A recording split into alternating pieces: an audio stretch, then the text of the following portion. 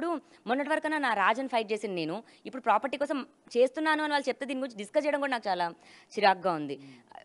అంత నేను కోరుకుంటేనే వచ్చిందండి, కారైనా ఇల్లైనా ఆడది మేనిఫెస్టేషన్ చేయాలి, ఇది ఉండాలి అని. మేము కిరాయి ఇంట్లో అండి కిరాయి ఇంట్లో ఉన్నప్పుడు అంటే నా రాజుకి కుక్కలు అంటే చాలా ఎక్కువ ఇష్టం, ఈ కుక్క కావాలని వాళ్ళ మేనేజర్ రాజా రవీంద్ర దగ్గర, ఇంకా ఇంకో ఫీమేల్ డైరెక్టర్ సంజన అని ఉంది, ఆమె దగ్గర ఇంకొక కుక్కని, అలా ఒక్కొక్క కుక్కని వాళ్ళ డైరెక్టర్స్ నుంచి ఫ్రెండ్స్ దగ్గర నుంచి తీసుకొచ్చేవాడు. అలా కుక్కతో పాటు హరియానా అనే అమ్మాయిని కూడా తీసుకొచ్చేసాడు. నేను మీకు ఒక రికార్డింగ్ వినిపిస్తాను. డాడీ సెక్యూరిటీకి ఫోన్ చేయరు చూద్దాం. ఒక కీలక ఆధారం ఆడియో ద్వారా వినిపిస్తానని చెప్పి లావణ్య చెప్తుంది. ఇప్పటికే ఈ వివాదాలు ఇంకా కొనసాగుతున్నాయి. అత్తా మామలు ఏదైతే లావణ్య చెప్తున్న రాజ్ తరుణ్ తల్లిదండ్రులు కూడా ఇదే ఇంట్లో నిన్న తెల్లవారుజామున పోలీసుల సమక్షంలో అలౌ చేశారు. మరి రాజ్ తరుణ్ విషయంలో న్యాయ పోరాటం ఇంకా కొనసాగిస్తాను, ఒంటరి పోరాటం, తన స్నేహితులంతా కలిసి ఫైట్ చేసినా పర్వాలేదు, నేను మాత్రం ఒంటరిగానే న్యాయం కోసం పోరాటం చేసినా అని చెప్తున్నారు. ఒక ఆడియో వినిపిస్తున్నారు, ఒకసారి మనం వినే ప్రయత్నం చేద్దాం. ఇది రాజ్ తరుణ్ 2021లో నన్ను ఎలా అయితే బయటికి పంపేశాడో, నా కెరియర్ నేను చూసుకుంటున్న టైంలో ఇంకొక ఫీమేల్తో రిలేషన్షిప్లో ఉన్నాడో, మరి ఆమె ఇతన్ని ట్రాప్ చేసిందో తెలియదు. మరి ఆమెతో ఉండి, అంటే అప్పుడు ఇంకా మస్తాన్ సాయి కూడా పాపం లావణ్యకి పరిచయం లేదు, ఆమెతో ఉండి నాకు ఫోన్లు చేపించేసి లావణ్యకి నీకు ఎంత ఇస్తే నువ్వు రాజ్ తరుణ్ వదిలేస్తావు అని అన్న ఒక మహిళ అనమాట. ఆవిడ కూడా యాంకర్, బిగ్ బాస్లో కూడా వచ్చింది. వినిపిస్తాను. యా, సో మరి అప్పుడే ప్రాపర్టీ నాకు ఇస్తానంటే ప్రాపర్టీ గురించి కాదు ఇది ఫైట్ అని నన్ను అడిగారు. అలా జరుగుతున్న గొడవ.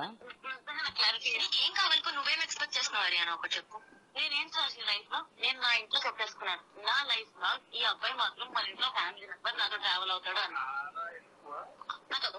ఓకే ఓకే హరియానా, ఆ అబ్బాయి కూడా నీకు ఫ్రెండ్ గా ఉంటాడు.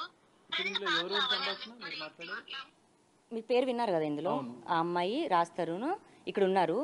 నాకు ఫోన్ చేశారు తాగేసి, నాకు ఫోన్ చేశారు ఇద్దరు కలిసి. ఒకసారి పూర్తి ఆడియో ఒకసారి మనం వినే ప్రయత్నం చేద్దాం. మొదటి నుంచి కీలక ఆరోపణ ఇప్పుడు రాజ్ తరుణ్ ఎపిసోడ్ లో ఒక కొత్త వివాదం కూడా తెరలోకి వచ్చిందని చెప్పుకోవచ్చు. మరి లావణ్య వినిపించే ఆడియోను పూర్తిగా ఒకసారి మనం వినే ప్రయత్నం చేద్దాం. ఒకసారి నువ్వేం ఎక్స్పెక్ట్ చేస్తున్నావు హరియానా? ఒకటి ఇదేనా? నీకేం కావాలి? నువ్వేం ఎక్స్పెక్ట్ చేస్తున్నావు హరియానా? ఒకటి చెప్పు. నేనేం చేసిన లైఫ్ లో నేను నా ఇంట్లో చెప్పేసుకున్నాను, నా లైఫ్ లో ఈ అబ్బాయి మాత్రం మన ఇంట్లో ఫ్యామిలీ మెంబర్ నాతో ట్రావెల్ అవుతాడు అని.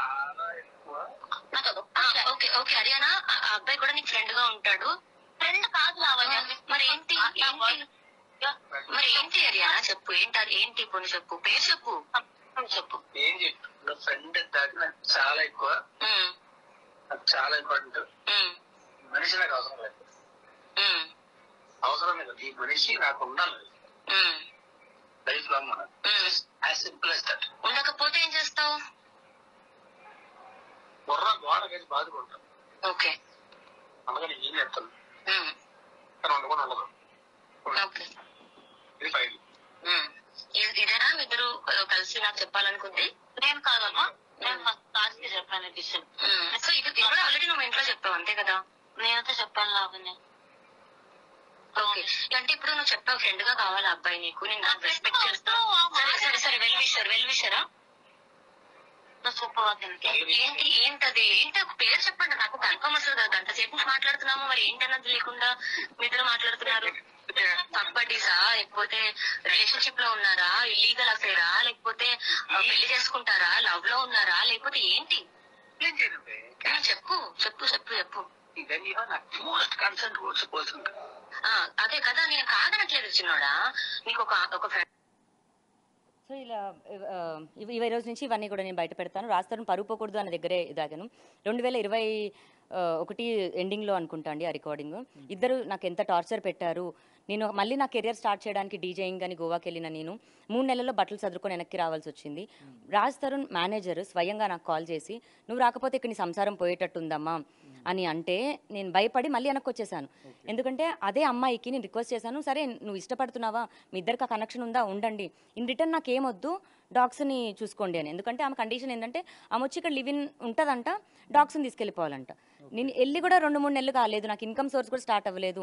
పోనీ రాజుకొద్దా, నేను తీసుకెళ్ళిపోతాను, కొంచెం టైం ఇవ్వండి అన్నా కూడా డాగ్స్ ఉండొద్దు ఇది అన్నది. ఇది ఎక్స్ట్రీమ్ అయిపోతున్న టైంలో అప్పుడు ఎందుకు మరి మీరు వాళ్ళకి అవకాశం ఇస్తామని చెప్పారు? మీరు అవకాశం కాదండి, నేను బయటికి అసలు లివింగ్ లో ఉండడానికి మీరు ఎందుకు మరి కుక్కల విషయంలో వద్దు అన్నప్పుడు ఇప్పుడు ధైర్యంగా ఒక అమ్మాయి అబ్బాయి నాకు ఫోన్ చేసి ఇప్పుడు మస్తాన్ సాయిదే టాపిక్ తీసుకొని వచ్చి ఇప్పుడు వాళ్ళిద్దరు రాస్తారు ఆ అమ్మాయి కలిసి మిమ్మల్ని వద్దు, మిమ్మల్ని వదిలించుకోవడానికి ఇదంతా చెప్పారు. నీకు ఎంత పైసలు కావాలి అని అంటే నా రాజు సంతోషం కోసం అయితే నేను వెళ్ళిపోతాను అని నేను వెళ్ళిపోతాను అనుకున్నాను. వెళ్ళిపోవడానికి నా కెరియర్ నేను చూసుకున్నాను, కానీ నన్ను వెనక్కి లాగారు మళ్ళీ కరెక్ట్ కాదు అని. వెనక్కి వచ్చిన తర్వాత మళ్ళీ మేము ఏదో సర్దుకొని జీవనం సాగిస్తున్న టైంకి ఎలాగైనా వదిలించుకోవాలి దీన్ని అనుకొని మస్తాన్ సాయికి నన్ను అంటగట్టారా, లేదా అదే టైంకి నాకు మస్తాన్ సాయితో పరిచయం న్యాచురల్గా ఏర్పడిందో నిజంగా ఇప్పుడు ఇది ఓపెన్గా నేను ఫైట్ చేసి నిజాలు ఏంటి అన్నది బయటపెట్టి అసలు జరిగిన వాళ్ళల్లోని ప్రతి ఒక్కరికి చట్టపరంగా ఏవైతే చర్యలు పడాలో అన్నీ పడిపిస్తాను. ఈ మొత్తం వివాదంలో మరికొన్ని సంచలన ఆరోపణలు మీరు రాస్తారని మీద చేస్తున్నారు. ఇప్పటికే ఇల్లు విషయంలో అదే ఇప్పుడు పూర్తిగా ఆడియో ఎవిడెన్స్ చూపించారు. సో ఇలాంటి ఆరోపణలు చేస్తున్న తరుణంలో మళ్ళొకసారి మీరు రాస్తారు మీద అంటే ఫిజికల్ దాడి జరిగిందండి. నేను రాస్తరుణ్ పైన ముంబైకి వెళ్ళడానికి వెళ్ళినప్పుడు పద వెళ్ళిపోదామని ఇలా ఫోన్ పట్టుకున్నాను, కానీ అతను ఫోన్ దొంగతనం చేయలేదు. పద వెళ్దాం నడువని ఫోన్ తీసుకున్న దానికి దొంగతనం అన్న పేరు కట్టారు. అక్కడ పగిలిన బాటిల్కి వాడు తాగిండి జారి పడిన దానికి లావణ్య రాజస్థాన్ పైన దాడి చేసింది అన్నారు. నన్ను పై నుంచి కింద వరకు మెయిన్ గేట్ వరకు లాక్కొని వెళ్ళారు. నా ఇజ్జత్ ఏంటి? 32 ఏళ్ళు నేను కూడా మంచిగానే బతికా. వీళ్ళ వల్ల నేను ఇప్పుడు ఒక నలుగురు వచ్చేసి అరిసి మాట్లాడేంత మాత్రాన్ని నిజాలు అయిపోవు. నేను పడ్డ బాధకి ఇప్పుడు నేను ఖచ్చితంగా ఇచ్చేస్తాను. ఓన్లీ ఆడియోసే కాదు, వాళ్ళ రొమాన్స్లు రాస్తారు, ఎంతమంది అమ్మాయిల్ని ఏం చేశాడు అన్నది కూడా నేను ఇప్పుడు ఒకదాని తర్వాత ఒకటి ఎపిసోడ్ల పరంగానే నేను వదిలి నేను కూడా షో ఎంజాయ్ చేస్తాను. ఇప్పటి వరకు మీరు ఒక స్టాండ్ మీద ఉండే ఇప్పుడు సరికొత్త నినాదం మీరు ఎంచుకున్నారు. రాసలీలలు బయట పెడతామంటున్నారు, అమ్మాయిలతో ఉన్న సంబంధాలను బయట పెడతామంటారు. ఎందుకు మరి ఇప్పుడు ఈ నిర్ణయం తీసుకోవడం వెనుక మీ ఉద్దేశం ఏంటి? అంటే ప్రేమకి ఎక్స్పైరీ డేటో లేకపోతే వ్యాలిడిటీ ఉంటుందని నేను అన్ను, కానీ ఆత్మగౌరవానికి అయితే ఇంకా ఉంటుందండి. ఇంత క్రూరంగా రాజ్ చేశాడా ఎవరు చేశాడా అన్నది నాకు ఇప్పుడు తెలీదు. ఇప్పుడు కంప్లైంట్ పెట్టిన తర్వాత నాకు తెలుస్తుంది.